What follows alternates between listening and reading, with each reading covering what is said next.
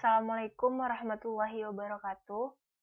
Perkenalkan, nama saya Safira Awaludin, NIM 19234097, Prodi Perpustakaan dan Ilmu Informasi Universitas Negeri Padang.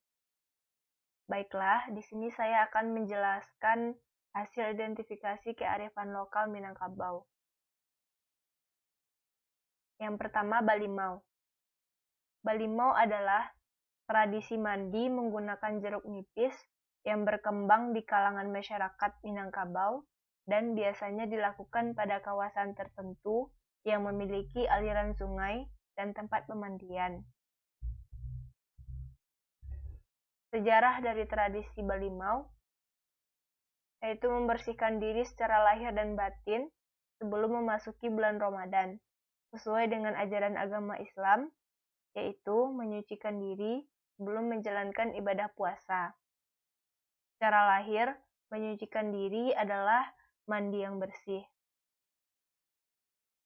Makna atau filosofi dari tradisi Balimau.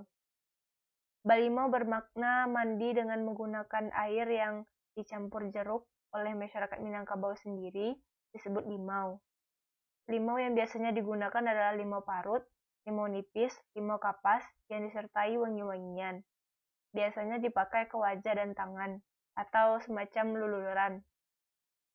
Bagi masyarakat, pengharum badan ini dipercayai dapat mengusir segala macam rasa dengki yang ada dalam pikiran seseorang, sedangkan untuk pengharum rambut, masyarakat Minangkabau menggunakan wangi-wangian saat berkeramas. Yang kedua, makan bajamba. Makan bajamba atau juga disebut makan barapa adalah tradisi makan dengan cara duduk bersama-sama di dalam suatu ruangan yang dilakukan oleh masyarakat Minangkabau.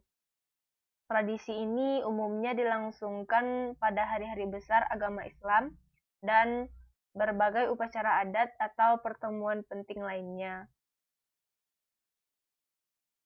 Sejarah dari tradisi makan bajamba. Budaya ini mengikuti sunnah Rasulullah SAW yang ketika makan lalu bersama-sama.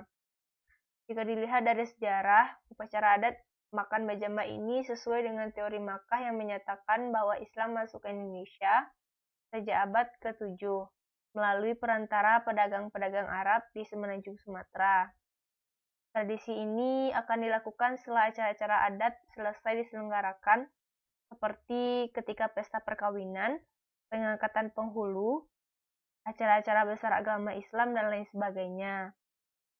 Tradisi makan bersama berbentuk melingkar yang terdiri dari 3-7 orang, kemudian nasi dan lauk pauk diletakkan di tengah. Prosesi atau penyelenggaraan makan bajamba. Acara ini biasanya dilakukan di dalam ruangan besar atau aula atau gedung dan diikuti mulai dari puluhan hingga ribuan orang.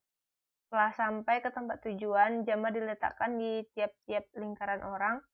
Tiap lingkaran mempunyai satu hamba di tengah-tengahnya. Untuk menu hidangannya dikenal dengan nama tambahan salapan, yakni 8 jenis makanan, diantaranya gulai ayam, rendang, asam pade atau anyang, gulai babat atau paruh lawak, karupot tunjuk balado, terung, buat digoreng, pakai cabai, perkedel, dan ikan pange. Nilai-nilai yang terkandung dari tradisi makan bajamba khas Minangkabau yaitu nilai kebersamaan. Dengan adanya nilai kebersamaan, masyarakat pun dapat bersosialisasi, bersilaturahmi, dan berkumpul tanpa memandang kedudukan, derajat, status, ataupun gender. Kemudian ada nilai kekeluargaan. Tradisi ini dapat meningkatkan rasa persaudaraan dan kekeluargaan. Kemudian nilai kesopanan. Dalam makan bajamba sangatlah mengutamakan nilai kesopanan dengan menghormati yang lebih tua. Selanjutnya, nilai bersyukur. Nilai ini dicerminkan dari adanya larangan untuk menyisakan makanan yang disediakan. Kemudian, nilai kebersihan. Nilai kebersihan ini tercermin dari tata cara makan dalam tradisi makan bajamba sendiri, yaitu untuk tidak mencecerkan sisa nasi dari suapan agar makanan di piring terkesan bersih dan tidak bercampur dengan sisa nasi dari suapan. Selanjutnya, panjat pinang.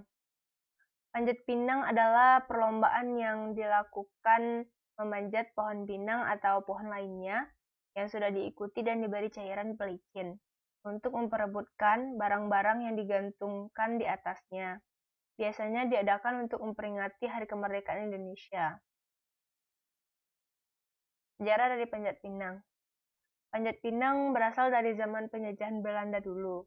Lomba panjat pinang diadakan oleh orang Belanda jika sedang mengadakan acara besar seperti hajatan, pernikahan, dan lain-lain. Yang mengikuti lomba ini adalah orang-orang pribumi. Makna yang terkandung dalam lomba panjat pinang yaitu gotong royong. Jika tidak ada kekompakan dan tidak mau bekerja sama dengan baik, pasti tidak akan meraih hadiah itu secara bersama-sama. Kemudian saling menyemangati. Saat memanjat, saling menyemangati untuk meraih hadiah itu. Selanjutnya, kerja keras dan tekun. Saat memanjat, membutuhkan tenaga ekstra dan ketekunan. Selanjutnya, kesabaran. Kerja keras tanpa kesabaran bukan menjadi hal yang berarti. Tidak akan pernah meraih hadiah jika tidak ada kesabaran. Kemudian memperkuat rasa saling mempercayai. Itu saat memanjat batang pinang yang dilumuri oli itu butuh sikap saling mempercayai satu sama lain. Selanjutnya, pacu jawi. Pacu jawi adalah perlombaan olahraga tradisional di Kabupaten Tanah Datar, Sumatera Barat, Indonesia.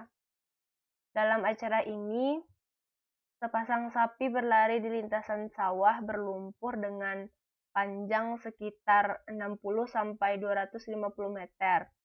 Sementara seorang joki berdiri di belakangnya dengan memegang kedua sapi. Sejarah asal-usul tradisi pacu jawi. Pacu jawi merupakan tradisi yang sudah ada semenjak ratusan tahun yang lalu. Asal mula pacu jawi dimulai di sebuah nagari yaitu Nagari Tua Pariangan, Kabupaten Tanah Datar. Pacu jawi merupakan upaya bagi para petani pada waktu dulu untuk menemukan cara membajak sawah yang baik dan benar, karena belum ada alat atau mesin bajak seperti pada saat sekarang. Nilai-nilai yang terkandung dalam tradisi pacu jawi, yaitu ada nilai kerjasama. Nilai kerjasama dalam pacu jawi dapat dilihat dari semua elemen, baik dari masyarakat, panitia, pemilik sapi, joki, dan masyarakat. Kemudian ada nilai seni. Nilai seni yang tercermin dalam pacu jawi adalah permainan dari anak nagari seperti tari piping, talempong, dan agung jana. Kemudian ada nilai agama.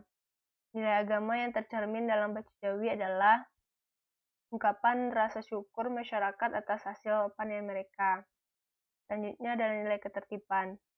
Nilai ketertiban tercermin pada saat peserta dengan sabar menunggu giliran sapi-sapi mereka untuk berpacu.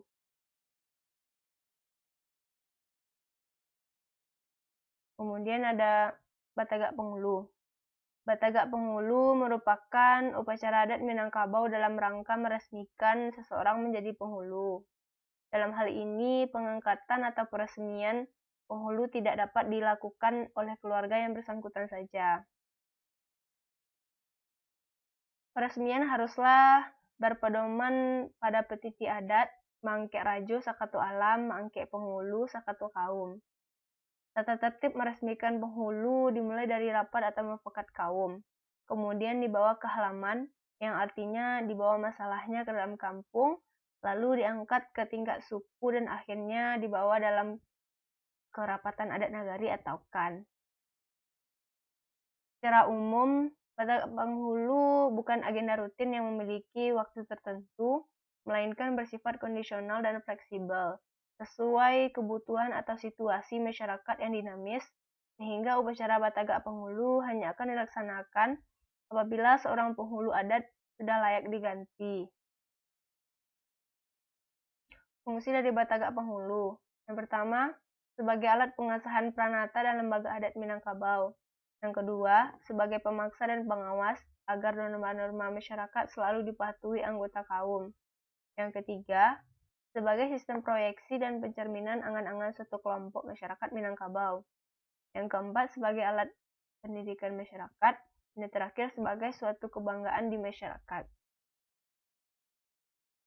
Makna yang terkandung dalam Batagak Panghulu yaitu mengukuhkan atau melegitimasi keberadaan penghulu di Minangkabau. Dengan mengukuhkan keberadaan penghulu di Minangkabau juga mewariskan saku atau gelar kepada Kemenakan. Gelar ini diwariskan turun-temurun menurut cupa adat dan ketentuan adat. Baik, sekian yang dapat saya sampaikan. Apabila ada kesalahan kata, mohon dimaafkan. Saya sudahi dengan Assalamualaikum warahmatullahi wabarakatuh.